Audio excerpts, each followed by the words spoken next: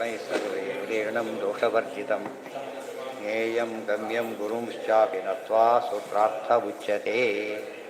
ॐ अथातो ब्रह्मजिज्ञासा ओं न्याय विवरण चेतना चेतन जगन्नियन्त्रे शेष संविदे नारायणाच भवशर्वशक्रादिವಂದಿತಾ.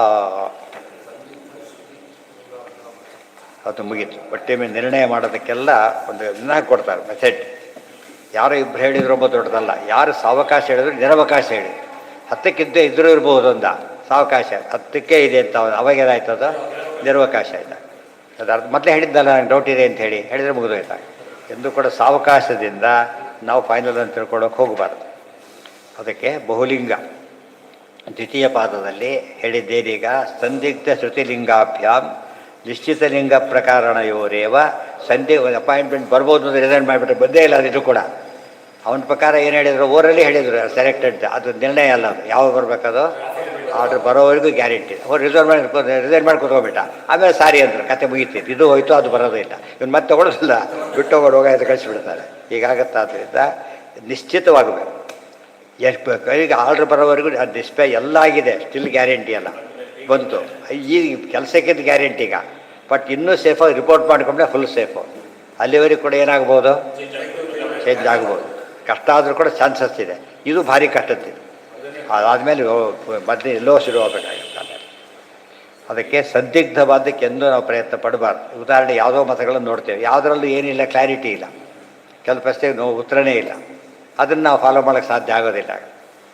ಸಂದಿಗ್ಧ ಶ್ರುತಿಲಿಂಗಾಭ್ಯಾಂ ನಿಶ್ಚಿತ ಲಿಂಗ ಪ್ರಕರಣಯೋರೇವ ಬಲವತ್ವಂ. ಸಂದಿಗ್ಧ ಶ್ರುತಿರ್ಲಿಂಗಂ ಚ ಅದಿತಿ ಶಬ್ದೋದಿತತ್ವಂಚ. ಏನು ಸಂದಿಗ್ಧ, ಏನು ನಿಶ್ಚಯ ಅಂತ ಪ್ರಶ್ನೆ ಬಂತು. ಯಾವತ್ತೂ ಅಧಿಕರಣ ಇತ್ತು, ಎಲ್ಲ ತಿಂತಾನಾದ್ರಿಂದ ಅಂತ ಅದು ಸರಿ ಒಪ್ಪೋಣ. ಹೆಸರೇ ಅದಿತಿ ಇದೆ. ಅದಿತಿ ಅನ್ನೋ ಪದಕ್ಕೆ ಅದಿತಿ ಅಂತ ಭಕ್ತಿನೇ ಆಗಬೇಕಾಗಿಲ್ಲ. ದೇವರಿಗೆಲ್ಲ ಹೆಸರಿದೆ ಅಂತ ಹೇಳಿಬಿಟ್ಟಿದ್ದಾರೆ ಈಗಾಗಲೇ. ಇನ್ನೊಬ್ರಿಗೆ ಹೆಸರು, ಒಂದೇ ಹೆಸರು ಎಷ್ಟು ಜನಕ್ಕಿಲ್ಲ ಇವತ್ತು. ಅದು ಸಂದಿಗ್ಧ, ಅದು ಗ್ಯಾರಂಟಿ ಅಲ್ಲ. ಸರ್ವಾತೃತ್ವ ದೊಡ್ಡದು, ಎಲ್ಲವನ್ನೂ ತಿಂತಾನೆ ಅನ್ನೋ ಪದ ಭಾರಿ ದೊಡ್ಡದು. ಅವನು ಯಾರಾಗಿರ್ಬೇಕಾಗಿದ್ರೆ ದೇವರೇ ಆಗಿರ್ಬೇಕು. ಎಷ್ಟು ಇಂಪಾರ್ಟೆಂಟ್. ಲಿಂಗ ಅದು ವಸ್ತು. ದ್ವಿವಚನ ಶ್ರುತೇರಪಿ ನಿರವಕಾಶತ್ವಂ ನಾಸ್ತಿ ವಿಷ್ಣೋರೇವ ದ್ವಿರೂಪತ್ವ. ಹಾಗೊಂದು ತೆಗೆದ. ಇನ್ನೊಂದು ಬಂತು, ಆತ್ಮಾನೌದು ಗುಹಾಂ ಪ್ರವಿಷ್ಟವು ಆತ್ಮಾನವು. ಇಬ್ಬರು ಇದ್ದಾರೆ ಆತ್ಮರು ಅಂತ ಪ್ರಶ್ನೆ ಬಂತು. ನೋಡಿದರೆ ಒಬ್ಬ ಆತ್ಮ ಅಂತೀರಿ, ಇಬ್ಬರು ಇದ್ದಾರೆ ಅಂತ ಆಯ್ತಲ್ಲ.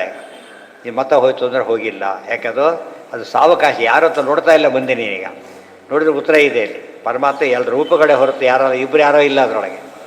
ಪರಮಾತ್ಮ ಎರಡು ರೂಪ ಇರೋದು. ಏನಂತ ಗುಹಾಂ ಪ್ರವಿಷ್ಟವು ಆತ್ಮಾನವು ಅಂದರೆ ಪರಮಾತ್ಮನ ಆತ್ಮ ಪರಮಾತ್ಮ ಅಂತ ಎರಡು ರೂಪದಲ್ಲಿ ಪರಮಾತ್ಮ ಇದ್ದಾನೆ ಅಂತ ಅರ್ಥನೇ ಹೊರತು ಈ ಜೀವನಿಗೆ ಇನ್ನೊಂದಲ್ಲ, ಹೆಸರಲ್ಲ. ಅದು ನಿರವಕಾಶ ಉತ್ತರ. ವಿಷ್ಣುರೇವ ದ್ವಿರೂಪತ್ವ. ವಿಷ್ಣು ಎರಡು ರೂಪಗಳಾದ್ದರಿಂದ ಸಮಸ್ಯೆ ಬರಲಿಲ್ಲ. ಸೋಹಮಸ್ಮಿ ಸಯೇವಾಹಮಸ್ಮಿ ಇತ್ಯಾದಿ ಅಭ್ಯಾಸ ಅರ್ಥವಾದ ಸಹಿತ ಬಹುಶ್ರುತಿಭ್ಯೋಪಿ ನಿರವಕಾಶ ಉಪಪತ್ತೆ ತತ್ರ ಪ್ರಾಬಲ್ಯ. ಸೋಹಮಸ್ಮಿ ಸವೇವಾಹಮಸ್ಮಿ ಪದಗಳಿದೆ ನೋಡೋದಕ್ಕೆ. ಅವನು ನಾನು, ಅವನು ಅಂದರೆ ಯಾರು, ದೇವರು. ಅವನೇ ನಾನು ಮತ್ತು ಅಮೇವಸ್ಮಿ ಮತ್ತು ಜೊತೆಗೆ. ಇವೆಲ್ಲ ಎಷ್ಟೇ ಪಾರ್ಟಿ ಹೊಡೆದ್ರು ಏನಿವೆಲ್ಲ ನಿರವಕಾಶ ಅಲ್ಲ. ಯಾಕೆ ಇತ್ಯಾದಿ ಅಭ್ಯಾಸಾರ್ಥವಾದ ಸಹಿತ ಬಹುಶ್ರುತಿಭ್ಯೋಪಿ ನಿರವಕಾಶ ಉಪಪತ್ತೇರೇವ ಪ್ರಾಬಲ್ಯಂ. ನಿರವಕಾಶ ಉಪಪತ್ತಿ ಇದೆಲ್ಲಕ್ಕೆ ದೊಡ್ಡದು. ನಿರವಕಾಶ ಉಪಪತ್ತಿ ಇದೆಲ್ಲ ಭಾರಿ ದೊಡ್ಡದು. ಎಲ್ಲೋ ಉದಾಹರಣೆ ನಿರವಕಾಶ ಉಪಪತ್ತಿ ಯಾವುದು, ಯಾರೋ ಮಾಡಿದ ಅಂತಂದು ಹೇಳಿದರು. ಕೊನೆಗೆ ಹೇಳಿದೆ ಅವರು, ನೋಡಿದ್ರಾ ನೀವು ಜನಕ್ಕೆ ಏನಿಲ್ಲ ಅಂತ ಹೇಳಿದಿರಿ, ಕರ್ತೃತ್ವ ಇಲ್ಲ ಅಂದರೆ. ಯಾರು ಬೇಲೆ ಬಿತ್ತು ಸತ್ತು, ಬೆನೆ ಬಿತ್ತು ಸತ್ತು, ಅದು ಜಡ ತಾರೆ, ಯಾರು ಬಿಡಿಸಿಲ್ವಲ್ಲ. ಅದಕ್ಕೇನು ಆಡಬೇಕೀಗ? ಒಂದು ಯುಕ್ತಿ ಇದೆ. ಏನು ಯುಕ್ತಿ ಇದೆ? ಜಡಕ್ಕೆ ಸ್ವತಃ ಕ್ರಿಯಾಕಾರಿತ್ವ ಇಲ್ಲ. ಅದು ಬಿದ್ದಿದ್ದಾಗ ಕಾಣಿಸ್ತಾ ಇದೆ, ಯಾರೋ ಬಿಡಿಸಿದ್ದಾರೆ ಅಷ್ಟೇ ಹೊರತು ಏನಲ್ಲ, ಅದೇ ಬಿದ್ದಿಲ್ಲ. ಕೊನೆ ಕಾರಣ ಪ್ರವಾಹದಿಂದ ಬಿತ್ತು ಅಂತ ಹೇಳಿದರು. ಪ್ರವಾಹದಿಂದ ಬಿತ್ತು. ಪ್ರವಾಹ ಬರೋಕ್ಕೆ ಅದು ಸ್ವಾತಂತ್ರ್ಯ ಇದೆಯಾ? ಇಲ್ಲ. ಪ್ರವಾಹ ಕೂಡ ಯಾರು ಡಿಪೆಂಡ್ ಆಗಿದೆ. ಕೊನೆಗೆ ಹೋಗ್ತಾ ಹೋಗ್ತಾ ಹೋಗ್ತಾ ಎಲ್ಲಿಗೆ ಹೋಗ್ಬೇಕದು? ಹುಚ್ಚಾಬಟ್ಟೆ ಮಳೆ ಆಯಿತು. ಮಳೆ ಸುರತಕ್ಕೆ ಬೇರೆ ವ್ಯವಸ್ಥೆ ಇದೆ, ಅದ್ರ ಅಲ್ಟಿಮೇಟ್ ಇದ್ದಾರೆ. ಕೊನೆಗೆ ದೇವರು ಬೀಳಿಸ್ತಾರೆ, ಅಲ್ಲಿಗೆ ಹೋಗಬೇಕು. ಏನೇ ನಡೆದರೂ ಕೂಡ ಮೂಲ ಕಾರಣ ಯಾರು ಅಂದರೆ ತೇನ ವಿನ ತೃಣಮಪಿ ನ ಚಲತಿ. ಹುಲ್ಲುಕಡ್ಡಿ ಅಲ್ಲಾಡಿದ್ರು ಕೂಡ ಏನಂತ ತಿಳ್ಕೊಬೇಕು, ಇನ್ನು ಗಾಡಿ ಎಲ್ಲ ಬೇಕಾಷ್ಟು ಕಾರಣ ಇದೆ, ಬಟ್ ಅಲ್ಟಿಮೇಟ್ ಅಲ್ಲ ಅದು. ಗಾಡಿ ಇಲ್ಲಿಗೆ ಬೀಸ್ಬೇಕಾ, ಮತ್ತು ಈಗಲೇ ಬೀಸ್ಬೇಕಾ? ಟೈಮ್ ಯಾರು ಫಿಕ್ಸ್ ಮಾಡಿದ್ದ? ದೇವರೇ. ಇದೆಲ್ಲ ತೊಗೊಂಡವ್ರು ಉಳಿಯೋದು ದೇವ್ರ ಹತ್ರನೇ. ಇದಕ್ಕೆಲ್ಲ ನಾವು ಅರ್ಥ ಮಾಡ್ಕೊಡ್ತೇವೆ. ಜನ್ಮಾದ್ಯಸ್ಯ ಅಂತ ಅಂಬೋದು ಕ್ಲಿಯರ್ ಆಗುತ್ತೆ. ಅಷ್ಟು ಹೇಳಿ ಇದು ಕೂಡ ಎಷ್ಟೇ ಸೋಹಭಸ್ಮೆ ಅವರೇ ಹೋಗಿದ್ದ, ಯಾವುದೋ ಮೀಟಿಂಗಿಗೆ ಹೋಗಿದ್ದ, ಅವ್ರ ಹೆಸರು ಕರೆದ್ರು, ನಾನು ಅಂತ ಎದ್ದಿದ್ದುಕೊಂಡ. ನೀನು ಹೌದು ಅವನೇ ನಾನು ಅಂತ ಹೇಳಿದ, ಅವನೇ ರೀ ಅಂತ ಬೇರೆ ಹೇಳಿದ. ಇಷ್ಟಾದರೂ ಡೆಪ್ಯೂಟಿ ಅಷ್ಟೇ ಹೊಡೆಯಲ್ಲ, ಅವನ ಬಂದಿಲ್ಲ ಅವನು. ಇನ್ನು ಅವನೇ ಬಂದಿದ್ದರೂ ಕೂಡ ಅವನು ಟೆಂಪರರಿ, ಇವತ್ತು ನಾಳೆ ಇನ್ನೊಬ್ಬನು ಬರ್ಬೋದು, ಯಾಕಂದ್ರೆ ಅವ್ನ ಕೆಲಸ ಹೋದರೆ ಹೋಯ್ತಾನೆ.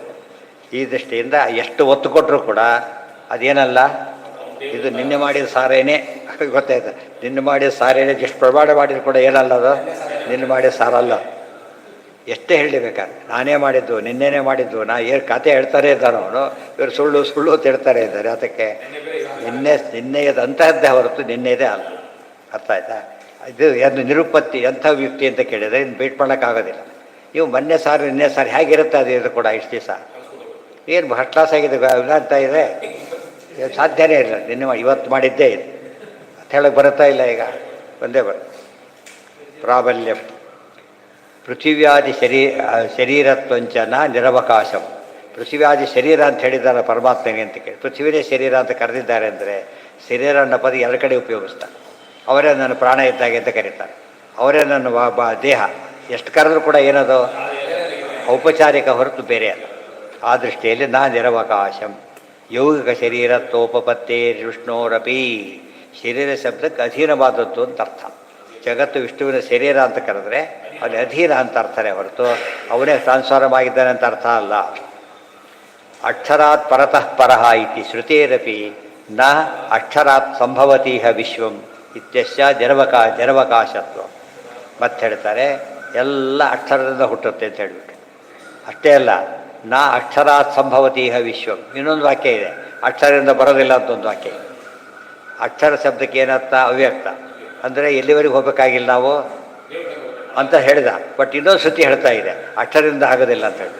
ಒಂದು ಕಡೆ ಆಯಿತು ಅಂತ ಹೇಳಿತು, ಇನ್ನೊಂದು ಕಡೆ ಆಗಲ್ಲ ಅಂತ ಹೇಳಿತು. ಅಂದಮೇಲೆ ಏನು ಅಲ್ಟಿಮೇಟ್ ಅಲ್ಲ? ಈಗ ಅಕ್ಷರದಿಂದ ಆಗೋದು ಅಲ್ಲ, ಸಾಧ್ಯ ಇಲ್ಲ, ಬೇರೆಯೇ ಇರಬೇಕು. ಯಾರಿಂದ ಇನ್ನೊಬ್ಬನಿಲ್ಲ ಅಂತ ಹೇಳ್ದ, ಅದು ಯಾರಿಗೆ ಹೇಳಿದ್ದು ಅದನ್ನು? ಏಕಮೇವ, ದೇವ್ರಿಗೆ ಹೇಳಿದ್ದು, ಇನ್ನೊಬ್ರಿಗೆ ಹೇಳಲಿಲ್ಲ. ಅಕ್ಷರ ಕೆಲಸಕ್ಕೆ ಏನಾಗುತ್ತೆ ಗೊತ್ತಾ? ಆಫೀಸ್ಗೆ ಹೋಗಿರ್ತಾನೆ, ಬಂದಿರೋದೆ ಇವರು ಬರ್ತಾರೆ ಅಂತ ಹೇಳಿ ಬರ್ತಾರೆ. ಯಾರು ಬಂದು ನಿಂತ್ಕೊತಾರೋ ಅವ್ರಿಗೆ ಗೊತ್ತಾಯ್ತಾ? ಬಂದಾಗ ಅವರೇ ಬಂದು ದಯವಿಟ್ಟು ಅವರಲ್ಲ ಅಂತ ಹೇಳ್ತಾರೆ. ಹಾಗಾಗಿದೆ ಅವತ್ತು. ಯಾರು ಬಂದಾಗಲೇ ನಮಸ್ಕಾರ ಹೊಡಿತಾರದೇ ಕೆಲಸ. ಕೊನೆಗೆ ಏನಾಗುತ್ತೆ ಗೊತ್ತಾ? ಸುಸ್ತಾಗಿ ಅಲ್ಲ ಇಸ್ಕೊಂಡು ಹೇಳೋದೇ ಇಲ್ಲ. ಈಗ ಕೊನೆಗೆ ಕೇಳಿ ದೇವರೇ ಬಿಟ್ಬಿಟ್ರು. ಕೊನೆಗೆ ಒಂದು ಕಡೆ ಎಕ್ಸ್ಟ್ರೀಮು ಕಂಡವರೆಲ್ಲ ದೇವರು, ಇನ್ನೊಂದು ಕಡೆ ದೇವರು ದೇವರಲ್ಲ. ಇದು ಅತಿರೇಕ. ಇದು ಯಾವಾಗ ಈ ಪ್ರಶ್ನೆ ಯಾವಾಗ ಬರುತ್ತೆ ಅದು ಗೊತ್ತಿಲ್ಲದವರು ಸುರಿವೆಲ್ಲ ಕೊಡೋದು.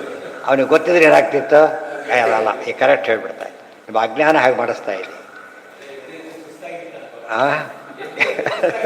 ಅದಕ್ಕೆ ಹೇಳೋದೇ ಬೇಕು, ಹೇಳೋದೇ ನೋಡಿ. ಅವನಿಗೆ ನಾವೇ ಅಂತ ಹೇಳಿದ್ರೆ ಹೇಳೋಲ್ಲ. ಆಶ್ಚರ್ಯ. ಅಂದರೆ ಭ್ರಮೆ ಇದು. ಆ್ಯಕ್ಚುಲಿ ತಮಾಷೆ ಅಲ್ಲ, ನಾವು ತಿಳ್ಕೊಂಡಿರೋದೇ ಹಾಗೆ ಇವತ್ತು. ಅರ್ಥ ಆಯ್ತಾ? ಈಗ ನಾವು ಎಷ್ಟೇ ಓದಿ ಅದಕ್ಕೆ ಅವರಿಂದ ಆಯಿತು ಅಂದ್ಬಿಡ್ತಾರೆ. ಕೊನೆಗೆ ದೇವ್ರು ಬಿಟ್ಟೇ ಬಿಡ್ತಾರೆ, ಅವರಿಂದ ಆಯಿತು ಅಂದ್ಬಿಡ್ತಾರೆ. ಅಲ್ಲ, ದೇವರಿಂದನೇ ಆಯಿತು. ಎಷ್ಟೇ ಒಳ್ಳೇದು ಯಾರೇ ಮಾಡಿದ್ರು ಕೂಡ ಮುಖ್ಯವಾಗಿ ದೇವರ ತಾಯಿ ಭಾರಿ ಸಲ ನೋಡಿಕೊಂಡು ದೇವ್ರು ಬುದ್ಧಿ ಕೊಟ್ಟು ನೋಡ್ಕೊಂಡ. ಇಲ್ಲದ್ರೆ ಯಾವ ಎಷ್ಟೋ ತಾಯಿ ಕೊಂದಿದ್ದ ಕಥೆ ಇಲ್ವಾ? ಮಕ್ಕಳನ್ನ ಕೊಂದು ತಾನು ಬಾವಿಗೆ ಹಾರಿದ್ದು ಎಷ್ಟು ನಿರ್ಬೆಳಗಾರ ಬರುತ್ತೆ. ಅದಲ್ಲ, ಯಾರಿಗೂ ಅಲ್ಟಿಮೇಟ್ ಕಾರಣ ಕೊಡಬಾರ್ದು. ದೇವರು ವಿತ್ ಪರ್ಮಿಷನ್ ಅಷ್ಟು. ಇವತ್ತು ಆಫೀಸ್ ಏನು ನಡೀತೆ ಅಂದರೆ ಹೆಡ್ ಅಪ್ರೂವ್ಡ್ ಇರ್ತಂತ. ಹೆಡ್ ಅಪ್ರೂವ್ ಮಾಡಿದ್ರೆ ಏನು ಕೆಲಸ ಮಾಡೋಕ್ಕೂ ಸಾಧ್ಯ. ನಮಗೆ ಆ ಪ್ರೆಸೆಂಟಲ್ಲಿ ಕಾಣದೇ ಇರ್ಬೋದು, ಅದು ಫ್ಯಾಕ್ಟ್, ಅದ್ರ ಮರಿಬಾರ್ದು. ಇದೆಲ್ಲ ಲೌಕಿಕ ದೇವ್ರು ಹೇಗಿಟ್ಟಿದ್ದಾರೆ ಅಂದರೆ ಅರ್ಥ ತಿಳ್ಕೊಳ್ಳೋಕ್ಕೆ ಇಟ್ಟಿರೋದು. ನಾವು ಊಟ ಮಾಡಿ ಅದು ಪೂರ್ತಿ ಬಿಟ್ಟಿದ್ರೆ ಹೇಗಾಗ್ಬಿಟ್ಟೆ. ಒರಿಜಿನಲ್ ಕಳ್ಕೊಂಡ್ಬಿಟ್ಟು ಬರೀ ಜಿರಾಕ್ಸಿ ಓಡಾಡ್ತಿದ್ರೆ ಹಾಗಾಗಿದೆ. ಬಟ್ ಜಿರಾಕ್ಸಿ ಬೆಲೆ ಎಲ್ಲಿವರೆಗೆ ಇರುತ್ತೆ ಅಂತ ಗೊತ್ತಿರಬೇಕು ಅವರಿಗೆ. ಒರಿಜಿನಲ್ ಕಳ್ಕೊಂಡ್ರೆ ಹೋಯ್ತು ಅದಕ್ಕೆ. ಹಾಗಾಗಿದೆ, ಒರಿಜಿನಲ್ಲೇ ಕಳ್ಕೊಂಡ್ಬಿಟ್ಟಿದ್ದೇವೆ. ಆದ್ದರಿಂದ ಇದಕ್ಕೆ ಮಹತ್ವ ಬರೋದೇ ಇಲ್ಲ. ಅಕ್ಷರಾತ್ ಪರತಃ ಪರ ಇತಿ ಶ್ರುತೇರಪಿ ನಾ ಅಕ್ಷರಾತ್ ಸಂಭವತೀಹ ವಿಶ್ವಂ ಇತ್ಯಸ್ಯ ನಿರವಕಾಶತ್ವ. ಆದ್ದರಿಂದ ನಿರವಕಾಶ ಬರಲೇ ಇಲ್ಲ. ಅಕ್ಷರಾತ್ ಪರತಃ ಪರಸ್ಯಾಪಿ ಅಕ್ಷರಾಂತರತ್ವ ವಚನ. ಆದ್ದರಿಂದ ಇನ್ನೊಬ್ರು ಯಾರೋ ಇದ್ದಾರೆ, ಇವನು ಅಲ್ಟಿಮೇಟ್ ಅಲ್ಲಿ ಸರಿ, ಇಲ್ಲಿವರೆಗೆ ಅದು ಓದಲಿಕ್ಕೆ ಸಾಧ್ಯನೇ ಇಲ್ಲ. ಇದೆಲ್ಲ ಓದ್ತಾ ಹೋದರೆ ಮೊದಲೇ ಹೇಳಿದ್ದೇನೆ, ನಮ್ಮ ಜನ ಇಂಥವ್ರು ಇದೆಲ್ಲ ಎಕ್ಸ್ಟ್ರಾ ಆಗಿಬಿಡುತ್ತೆ, ನಮ್ಮ ಹುಡುಗರು ಕೆಟ್ಟೋಗ್ಬಿಡ್ತಾರೆ, ಆಮೇಲೆ ಹೇಳಿದ್ರೆ ಆಯಿತು ಅಂತ ಹೇಳ್ತಾರೆ. ಕೆಟ್ಟೋಗಿರ್ತಾರೆ ಅಷ್ಟೊತ್ತಿಗೆ ಆಗಲೇ. ಈಗ ಮಾಡಬೇಕದು. ನೀವು ಎಲ್ಲ ಕೊಳತು ಮೇಲೆ ಫ್ರಿಜ್ಜಲ್ಲಿ ಇಟ್ಟರೆ ಏನು ಉಪಯೋಗ? ಅದನ್ನು ಯಾವಾಗ ಇಡಬೇಕು? ಫ್ರಿಜ್ಜಲ್ಲಿ ಮೊದಲೇ ಇಟ್ಟರೆ ಬೆಲೆ ಇದೆ, ಇಟ್ಟರೆ ಫ್ರಿಡ್ಜ್ ಕೆಟ್ಟೋಗುತ್ತೆ ಅಂತೇಳಿ ಕೂತಲ್ಲಿ ಹಾಡ್ಬಾರ್ದು. ನಮ್ಮ ಸ್ಥಿತಿ ಹಾಗೆ. ವಯಸ್ಸಾದ್ಮೇಲೆ ಕೇಳೋದು ಅಂತ ಹೇಳಿದ್ರೆ ಅಷ್ಟೇ ಆಗ್ಯದ. ಅವು ಮದ್ದು ಫಾಲೋ ಏನು ಹೌದು ಎಲ್ಲ ಹೌದು ಆಗಲ್ಲ ಅಂತ ಹೇಳ್ಬಿಡ್ತಾರೆ ಮನೆ ಆಗಬಾರ್ದು. ಇದೆಲ್ಲ ತಿಳ್ಕೊಂಡ್ರೆ ನಾವು ತುಂಬ ತಪ್ಪು ಮಾಡ್ತಿರೋದು ಅಲ್ಲೇ. ನಮಗೆ ಸ್ಪೆಷಲ್ ಬೂನ್ ಅದು. ಶಾಸ್ತ್ರಾಲೋಕಕ್ಕೆ ಎರಡು ಓದೋ ಅವಕಾಶ ಇರೋದು ನಮ್ಗೆ ಒಂದೇ, ಯಾರಿಗೂ ಅಂಥ ಅವಕಾಶ ಇಲ್ಲ. ಅದನ್ನು ನಾವೇ ಕಳ್ಕೊಂಡ್ಬಿಟ್ಟು ಅದನ್ನು ನೀವು ಓದಬೇಡ ಅಂತ ಹೇಳಿ ಕೊನೆಗೆ ಎಂದೂ ಓದಂತೆ ಮಾಡಿಬಿಡ್ತಾರೆ. ಈಗ ಓದಬೇಡ ತಪ್ಪು, ಎರಡು ಓದೋ ಒಂದು ಎಕ್ಸ್ಟ್ರಾ ಸಬ್ಜೆಕ್ಟ್ ಅಷ್ಟೇ, ಕೊನೆಗೆ ಅದೇ ಮೇನ್ ಸಬ್ಜೆಕ್ಟ್. ಆ್ಯಕ್ಚುಲಿ ಎಕ್ಸ್ಟ್ರಾ ತಿಳ್ಕೊಂಡು ಆಗಿದ್ದೇನೋ ಅದೇ ಮೇನ್ ಆಗಿ, ಇದೆಲ್ಲ ಹೋದರೂ ಅದು ಉಳ್ಕೊಡೋದು ಕೊನೆಗೆ. ಅಂತ್ಯ ಕಾಲಕ್ಕೆ ಯಾವುದು ಬರೋದಿಲ್ಲ, ಅದೊಂದೇ ಬರೋದು. ಇದು ಸ್ವಲ್ಪ ಯೋಚನೆ ಮಾಡೋದ್ರೆ ಅಭ್ಯಾಸ ಮಾಡಬೇಕು. ಶ್ರುತಿ ಸಾಧಾರಣ್ಯೇಪಿ ವಿಶೇಷ ಶ್ರುತ್ಯಾದೇಹೇ ನಿಶ್ಚಯ. ಹಾಗಿದ್ದರೆ ಶ್ರುತಿ ಎರಡಕ್ಕಿದ್ರೆ ಏನು ಮಾಡ್ತೀರಿ ಅಂದರೆ ವಿಶೇಷ ಶ್ರುತಿ ಹುಡುಕ್ಬೇಕಾಗ. ಬರ್ತಾರೆ ಒಬ್ಬನಂತ, ಇನ್ನು 8 ಗಂಟೆಗೆ ಬರ್ತಾರೆ ಅಂತ, ಯಾರ ಮಾತು ಕ್ಲಿಯರ್ ಈಗ? ಅದು ಕ್ಲಿಯರ್ ಆಯ್ತು. ಬರೀ ಬರ್ತಾರೆ ಇಡೀ ದಿವಸ ಕಾಯ್ಬೇಕಾಗಿತ್ತು ಅವರು. 8 ಗಂಟೆಗೆ ಬರ್ತಾರೆ, ಏನಾಯ್ತು ಅವನಿಗೀಗ? ಒಂದು ಗೊತ್ತು ಸಿಕ್ತು, ಸರಿ ಹೋಯ್ತು. ಅದು ಎರಡು ಮಾತೆ ಇಬ್ಬರು ಲೇಬಲ್ ಪರ್ಸನ್ನೇ ಹೇಳಿರೋದು. ಒಂದರಿಂದ ಬರ್ತಾರೆ ಅಷ್ಟೇ ಗ್ಯಾರಂಟಿ ಆಗಿತ್ತು, ಟೈಮ್ ಗ್ಯಾರಂಟಿ ಆಯಿತು. ಇಲ್ಲಿಗೆ ಬರ್ತಾರೆ ಇನ್ನೂ ಗಟ್ಟಿ ಆಯಿತು. ಇದಕ್ಕೆ ಏನಂತಾರೆ, ಅದಕ್ಕೆ ಸ್ಪಷ್ಟತೆ ಜಾಸ್ತಿ ಆಯಿತು. ಕೊನೆಗೆ ಬೇರೆ ಅರ್ಥ ಮಾಡೋಕ್ಕೆ ಬರೋದಿಲ್ಲ. ಅದಕ್ಕೆ ಬರ್ತಾರೆ ಬದಕ್ಕೆ ಎರಡು ಅರ್ಥನೂ ಮಾಡ್ಬೋದು.